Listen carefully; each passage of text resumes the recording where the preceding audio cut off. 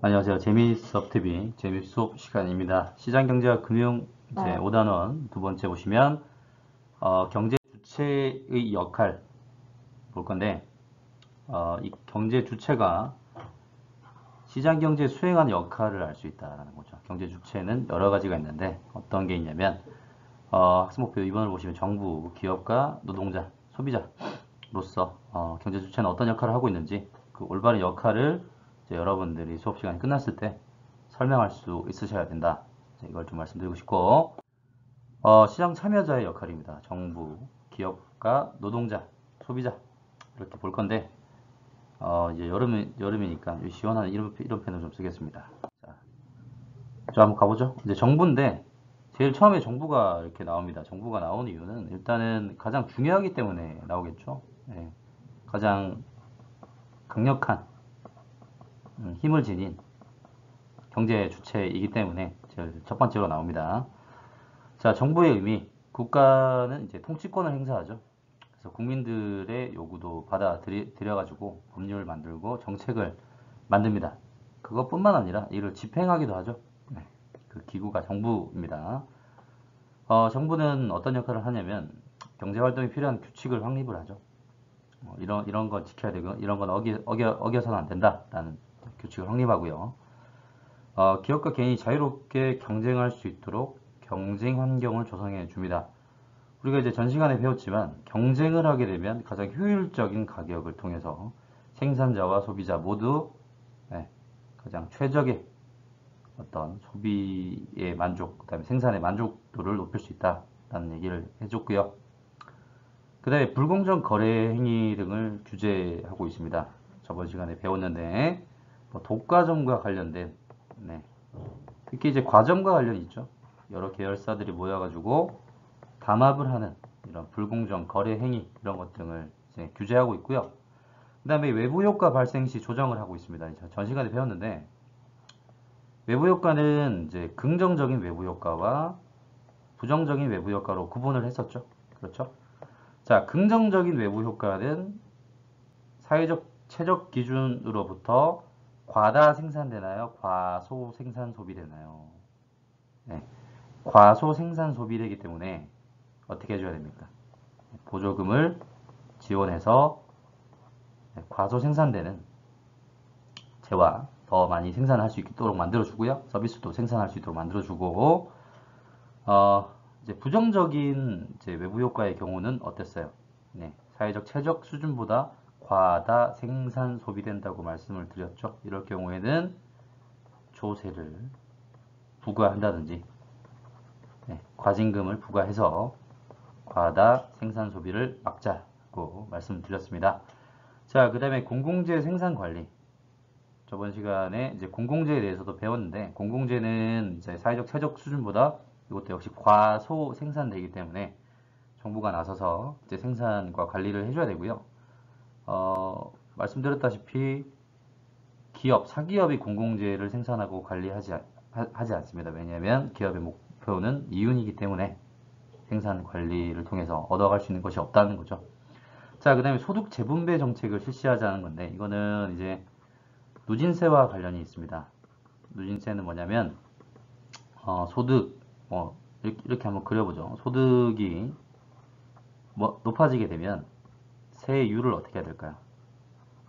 점점 높여줘야 되겠죠. 이렇게. 소득이 올라갈수록 세율은 좀 더 높아진다. 그러면 많이 버는 사람들일수록 높은 세율을 적용을 받아서 그 세금을 국가에 내고 국가는 그 세금을 가난한 자들, 빈곤층에게 사용한다. 이게 바로 소득 재분배 정책입니다. 자, 그리고요, 물가를 안정시키고 경기 부양책 등을 하고 있다라는 거죠.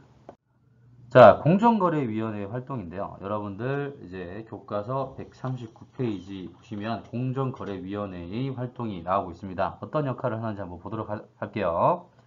자, 공정하고 자유로운 경쟁을 보장하기 위해서 첫 번째는 경쟁을 촉진합니다. 자유로운 경쟁 질서를 해치는 규제 개혁, 경쟁 제한적 기업 결합을 규율하고 있다라는 거죠. 그러니까 경쟁을 하게 되면 일단은 가격 경쟁, 기업들 간의 가격 경쟁을 하게 되면 좀 더 저렴한 가격으로 물건을 살 수가 있다라는 겁니다. 그리고 이제 경쟁 제한적 기업 결합, 뭐 이제 담합 같은 거 아까 말씀드렸다시피 이런 담합을 많이 이제 막기 위해서 노력하고 있는데 예전에 여러분들 담합과 관련돼서 이제 기억하실지 모르겠지만 약자로 던져보겠습니다. 여름이니까 굉장히 먹고 싶군요. 아이스크림. 아이스크림 업체들이 담합을 해서 한꺼번에 가격을 올린 적이 있습니다. 이게 가격 담합을 했는데 결국 이제 정부 이제 공정거래위원회에 적발이 돼서 다시 가격이 내려가는 그런 정의 구현을 했죠. 자, 두 번째, 중소기업 경쟁 기반을 확보할 수 있다. 대형업체들의 각종 불공정 행위 등을 적발해서 시정할 수 있다라는 겁니다. 자, 뭐 대형업체들은 특히 어떤 정책들을 많이 펼치냐면 중소기업들이 이 시장에 진입할 수 없도록 진입 장벽을 세워요. 그래서 어떤 진입 장벽 중에서 어떤 장벽을 많이 세우냐면 가격 경쟁을 합니다. 가격을 엄청난 수준 아래로 떨어뜨려 버리는 거죠. 그러면 중소기업들도 진입을 하고 싶은데 가격 경쟁에서 살아남을 수가 없다는 겁니다. 이런 것들, 진입 장벽들을 만들어서 중소기업들이 경쟁할 수 없는 그런 시장을 만들기도 한다는 거죠. 그런 것들을 공정거래위원회에서 적발하고 시정하고 있습니다. 자, 세 번째, 소비자 주권 확립인데 소비자에게 불리한 약관, 허위, 과장 광고 등을 적발해서 시정을 하고 있고요. 자, 그다음 네 번째, 경제력 집중 억제입니다. 대기업 집단의 상호 출자 금지. 이거는 뭐냐면 대기업 안에서도 계열사가 나눠져 있어요. 독립된 법인인데 법인들끼리 서로 자본을 맞출자합니다. 그래서 각 법인의 주식을 상호 보유하는 것을 의미하는데 이게 왜 안 좋냐면 이제 100억의 예를 들어서 자본금을 가진 두 기업이 있다고 치면 두 기업이 나눠가지고 각각 50억씩 서로에게 출자한다면 실제 증가된 자본금은 빵원이죠. 그렇죠. 근데 장부상에는 각 기업의 50억의 자본금이 증가하는 것으로 처리되어 가공의 자본금이 생기게 됩니다.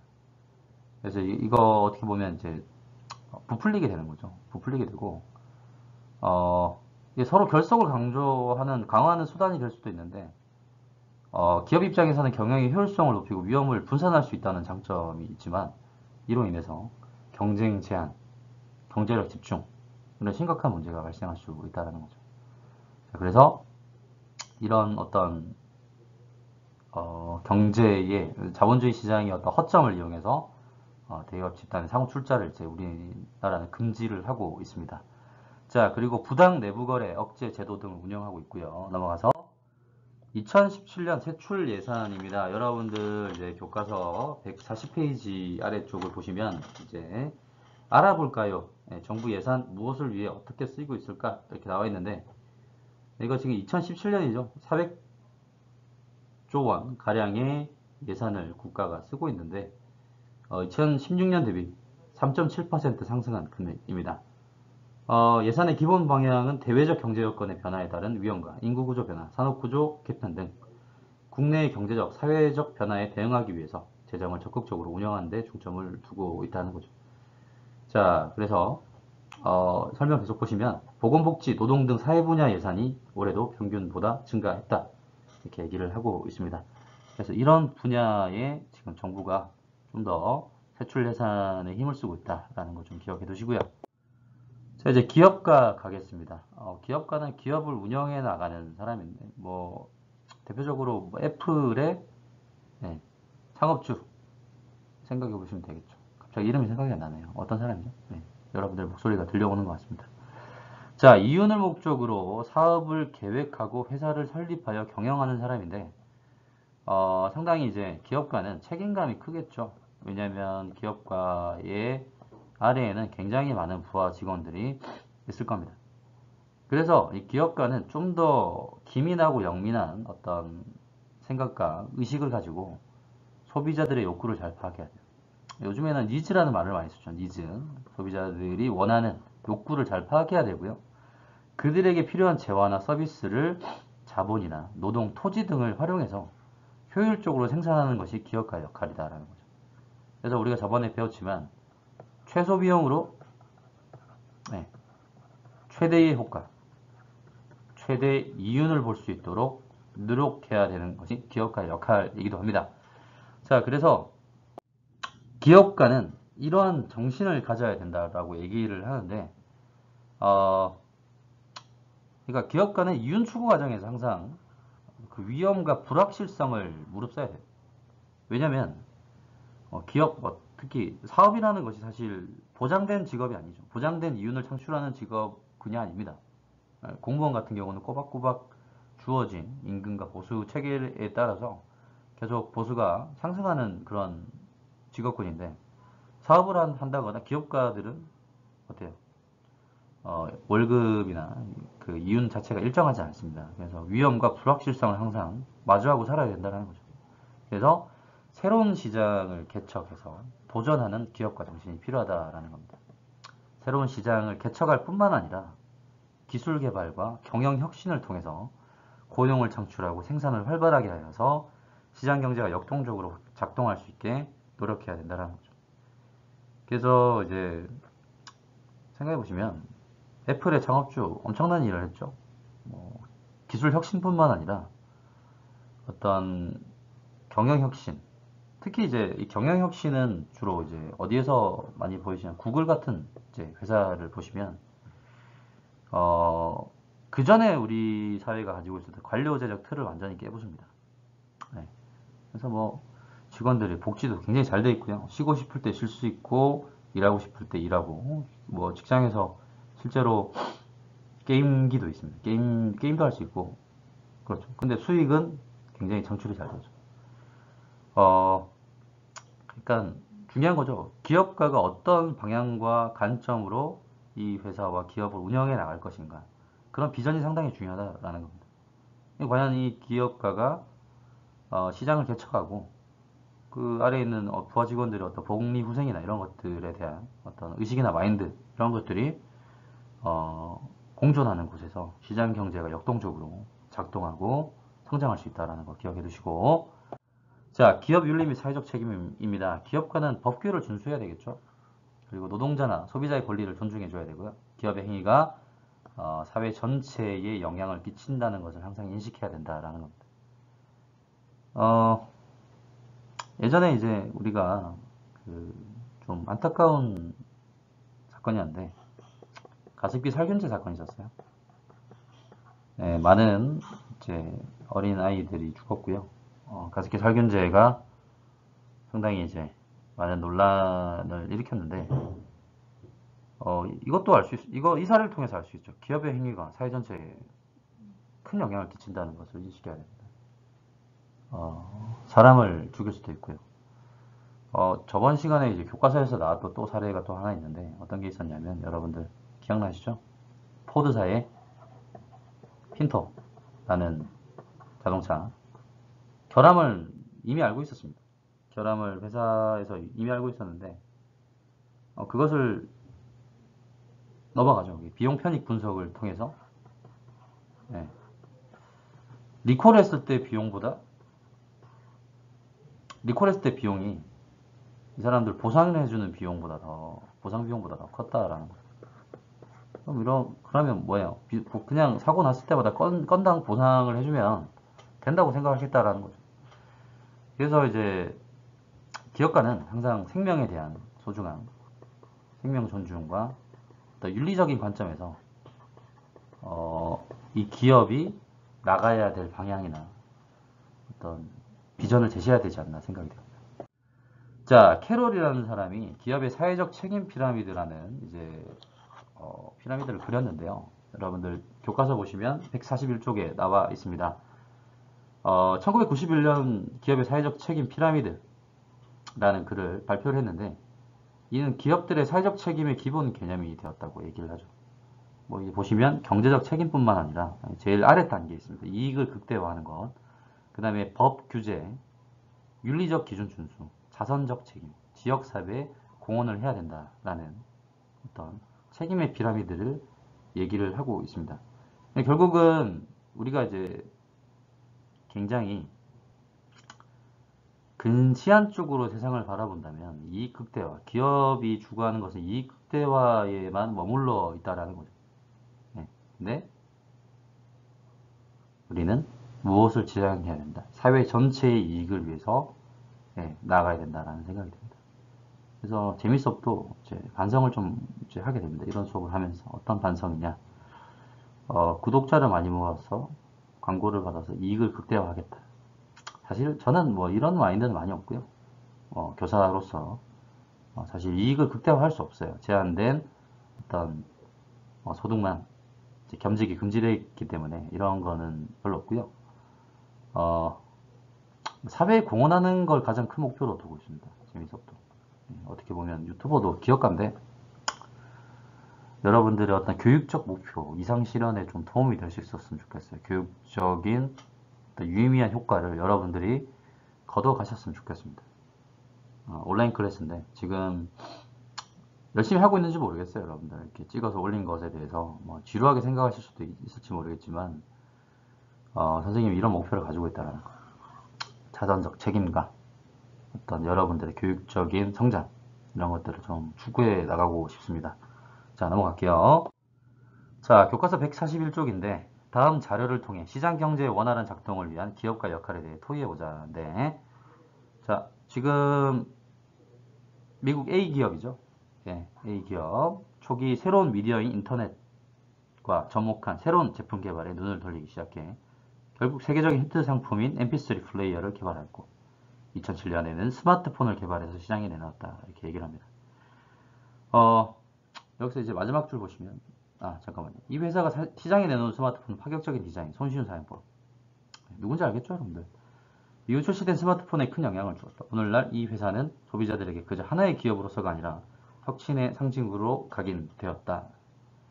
뭐죠? 이제 A 기업이라고 얘기했는데 애플이죠? 그렇죠. 애플사 MP3를 처음에 내놓았습니다.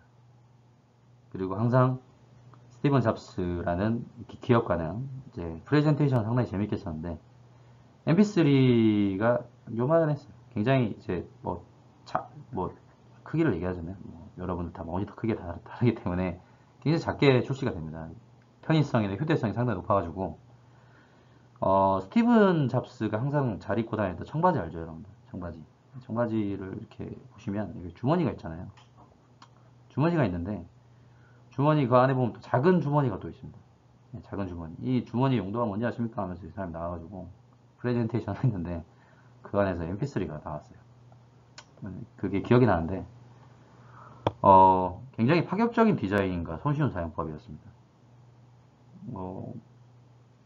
여러분들 저번에 얘기했는데 애플의 창업주인 스티븐 잡스는 예전에 대학교 다닐 때 전공이 글씨체를 연구하는 사람이었어요. 그래서 이제 디자인이나 이런 모양체에 대한 연구를 상당히 많이 했던 사람이라는 거죠. 이런 어떤 디자인적인 성향 플러스 이과적인 성향이 융합을 해서 하나의 혁신으로 그냥 자리를 잡았습니다. 정말 그 전까지 잘 나가던 모토로라라는 어떤 회사, 그 다음에 노키아, 이런 이동통신 업체들은 변화의 바람에 직면해서 굉장히 이제 시장의 규모가 작아졌다는 거죠. 시장 점유율이 상당히 낮아졌다라는 얘기를 좀 해주고 싶고, 결국은 이런 것들 있죠. 어떤 이걸 보면서 이제 기업가가 새로운 혁신과 파격적인 변화, 새로운 트렌드를 주도해 나가려고 하는 그런 의지, 리더로서의 그런 의지가 필요하다. 기업가 정신이 필요하다라는 걸 좀 얘기해 드리고 싶고요. 일본 비공업 회사입니다. 직원 정년은 70세이고요. 뭐 거의 요즘에 직업 정년이 60대 초반이 되면 다 이제 정년을 해야 되죠. 근데 70세까지입니다. 전 사원이 정규직이에요. 야근이나 휴일 근무가 없답니다. 하루 7시간 15분만 일하면 오후 5시에 퇴근한다. 꿀인데요. 급여는 비슷한 업종의 기업보다 10% 이상 높다. 야, 조금 일하고 돈도 더 많이 받아요. 이 회사는 소기업인데도 불구하고 전기 설비 분야에서 세계적인 대기업들을 제치고 시장 점유율 1위를 지켰답니다. 창사 이래 적자를 낸 적이 없대요. 그 원인은 동기부여에 있답니다. 사원들은 자신의 영업 목표나 생산 목표를 직접 정하고 자신이 업무 과정에서 낸 아이디어를 제품 계산에 반영한다. 이 회사가 가진 특허는 총 1만 8천여 개나 되는데 90%가 직원의 아이디어에서 나왔다. 이렇게 얘기를 하고 있습니다. 이게 일본의 미라이 공업이에요. 예, 미라이 공업입니다. 사장님이 굉장히 특이하신 분인데 나시만 입고 출근하신 경우도 있어요. 그 하이 입으셨습니다. 하이 뭐 반바지에 나시만 입고 출근하신 적이 또 있다는데 뭐 자기 명함 뿌릴 때 그 명함 이런 거 이제 딱딱하게 명함 안 주고 뭐 종이에다가 자기 이름을 쓴 것을 이제 선풍기에 날려가지고 직원들에게 자기 명함을 주기도 했답니다. 이제 특이한 발상과 사고를 가진 사람인데 이게 괴짜죠. 어떻게 보면 괴짜입니다. 괴짜인데 세계적인 대기업들을 다 제쳤대요. 소기업인데도 불구하고.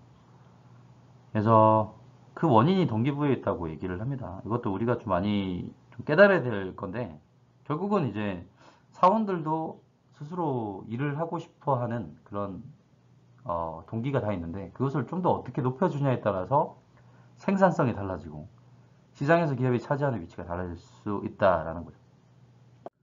자, 자료 1과 2에 나타난 기업 운영의 특징. 빈칸에 제목을 써보자. 여러분들이 기자라고 생각하시고 기사를 작성했을 때 제목을 어떻게 쓸 것인지 한번 보도록 하겠습니다. 자, 학교 가서 한번 확인해 보도록 하겠습니다. 자, 1번. 신기술로 시장을 개척하는 A기업. 혁신적 기업 운영으로 대기업을 제친 중소기업 B회사. 자, 자료 1과 2와 같은 기업의 운영 방식이 기업가에게는 어떤 이익을 주었을지 토의해보자. 토의 한번 해보시고요. 토의 내용을 뭐 간략히 요약하자면 뭐 이렇게 볼 수 있겠죠. 혹시 궁금한 친구들은 포즈 버튼을 누르고 한번 보셨으면 좋겠고요. 핵심만 좀 보자면 기술 혁신에 초점을 맞추고 있다라는 것이고 A기업. 자, 이거는 기술 혁신에 초점을 맞춘 것은 어떻게 보면 기업가의 자질이죠. 기업가의 자질입니다. 기업가의 자질. 자, 그리고요. B기업은 일단은 정규직으로 채용했다는 것. 고용에 있어서 안정성이 있다는 겁니다. 자, 추가 근무도 없고 근무 요건이 상당히 좋죠. 그렇죠? 그리고 이런 어떤 직원들의 사기 진작, 어떤 정신적인 부분에서 행복감을 증진시키게 되니까 결국은 창의성을 자극하게 되었다는 겁니다. 자, 넘어갈게요. 자신이 기업가가 된다면 어떤 기업을 만들고 사회인 어떤 기여를 할 것인지 발표해보자. 자, 이것도 한번 보자면 직원들이 행복해하는 직장을 만들고 싶다. 이를 통해 사회의 일자리를 창출하고 사람들이 필요로 하는 재화와 서비스를 제공하여 소비자들에게 만족감을 제공하고 싶다. 뭐 이렇게 답을 쓸 수도 있습니다. 재밌업이 이제 100만 유튜버가 된다. 네, 웃지 마세요, 여러분들. 자, 100만 유튜버가 된다. 그러면 뭐 이제 편집자들도 있을 것이고 기획, 연출, 촬영 감독 여기 다 있을 겁니다. 네. 이런 이제 직원들에게 행복해하는 어떤 일자리를 만들 수 있는 그런 네. 기업가 정신을 가진 유튜버가 되도록 하겠습니다. 여러분. 자, 농담이고요. 넘어가겠습니다. 자, 노동자의 역할입니다. 노동자의 의미, 노동력을 제공하죠. 그렇죠? 그걸 얻은 임금으로 생활을 하는 사람인데, 노동자는 이런 역할을 하고 있습니다. 생산 과정에서 필요한 노동력을 제공하여 시장 경제 활동을 원활하게 한다라는 거죠. 그래서 여러분들 노동을 어떻게 생각해야 되냐면 신성하게 생각해야 됩니다. 특히 이제 우리나라 같은 경우는 예전에 어떤 조선시대의 영향을 상당히 많이 받아서 공부하고 학자 이런 사람들을 굉장히 추정하고 존경하는 나라라는 거죠. 그게 나쁜 건 아닙니다. 우리나라 화폐를 보면 거의 다 그래요. 5,000원에는 이제 누가 있죠? 율곡이이가 있고요. 1,000원에는 이황 선생님이 있습니다. 둘 다 대학자죠. 대학자고. 그 다음에 이제 만원권에는 세종대왕님이 계십니다. 5만원권에는 신사임당님이 계신데 주로 우리가 좀 이제 사회에서 지향하는 바가 학자, 공부하는 사람 이런 얘기를 많이들 하는데 유럽은 조금 다릅니다. 여러분들 유럽이나 어떤 노동을 신성시 여기는 나라들은 노동자에게 대우하는 사회적 대우가 우리나라랑 완전히 다릅니다. 우리나라가 주로 이제 신성시 여기는 그런 직업, 높게 여기는 직업을 뭐 의사나 사자 들어가는 직업을 높게 평가를 하는데 실은 이제 선진국들, 미국을 비롯해서 선진국들은 이 노동자가 가진 기술에 대한 가치를 엄청나게 높게 평가합니다. 그래서 공대 출신의 노동자, 예, 이런 사람들에게 굉장히 많은 연봉을 주고 있는 것이 그런 나라들이라는 거죠. 선진국들이라는 거죠. 우리나라도 이제 노동을 신성시 여길 수 있는 나라로 변해가야 된다는 겁니다. 자, 노동자는 권리가 있는데요. 근로권이 있습니다. 헌법에 명시되어 있고요. 근로기준법, 최저임금법 등을 제정을 했어요. 그리고 노동상권이 있습니다. 이건 어디에 나와 있냐면 여러분들 교과서 142페이지.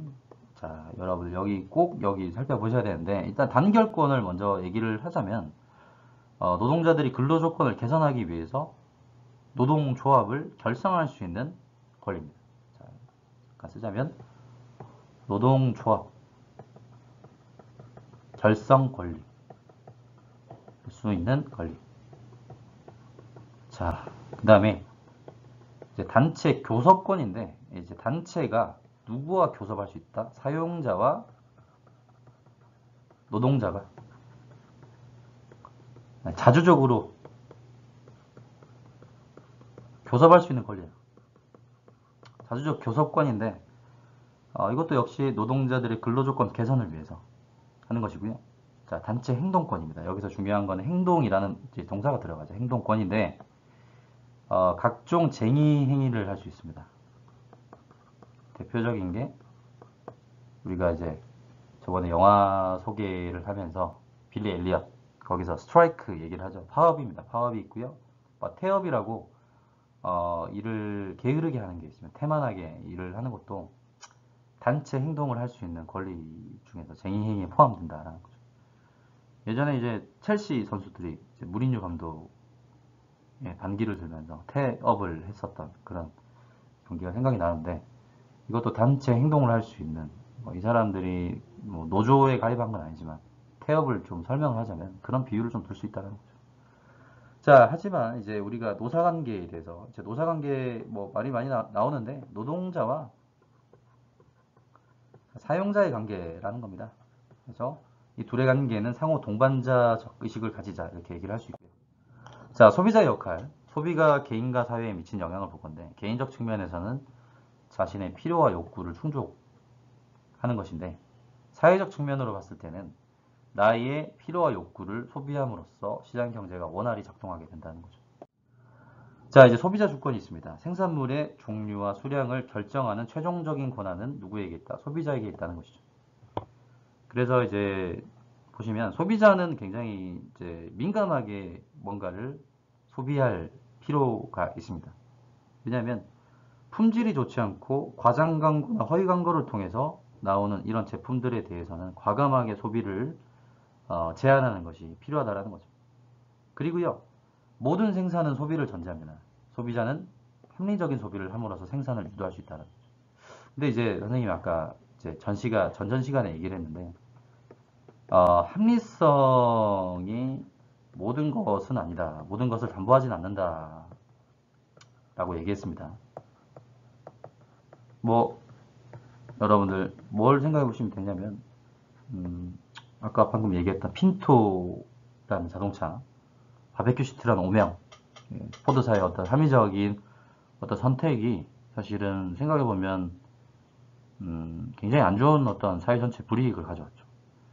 그 다음에 합리적 소비라는 게 최소의 비용으로 최대 만족을 얻자는 겁니다. 그 가격은 싼데 나에게 만족을 최대한 많이 줄 수 있는 그런 제품들을 사자라는 건데 어떤 걸 얘기를 해볼 거냐면 햄버거 커넥션 좀 얘기를 하겠습니다. 여러분들이 좋아하는 햄버거가 있는데 가격도 싸고 포만감도 상당히 크죠. 그렇죠. 우리가 이제 뭔가를 먹는 이유는 배를 좀 불리기 위해서 위해서와 식감을 좀 더 증대시키기 위한 건데 햄버거라는 게 이제 요즘 뭐 유행어 햄최몇 이렇게 많이 있습니다. 햄최대 몇 개 먹냐? 선생님 뭐 햄버거 먹방 해주세요 이렇게 얘기들을 많이를 하는데 사실은 해보고 싶지만 이것도 환경에 나쁜 영향을 미쳐요. 윤리적인 관점에서 햄버거의 소비를 바라보자면 소를 키우고 돼지를 키우는데 엄청나게 많은 사료와 그 다음에 이산화탄소가 방출이 됩니다. 그래서 그것들이 다시 환경오염에 직결된다라는 거죠. 그래서 이제 햄버거를 많이 먹는 것은 환경 친화적 소비와 거리가 멀고요. 그 다음에 공정무역 제품을 소비하자라는 게 있는데, 커피 이런 거 보시면 커피 생산국에 종사하는 노동자들은 굉장히 저렴한 임금을 받습니다. 우리가 상상할 수도 없는 수준의 굉장히 저렴한 임금을 받는데 커피 값은 얼마 정도예요? 4,000원, 뭐 5,000원, 비싼 데는 막 8,000원 이렇게 받습니다.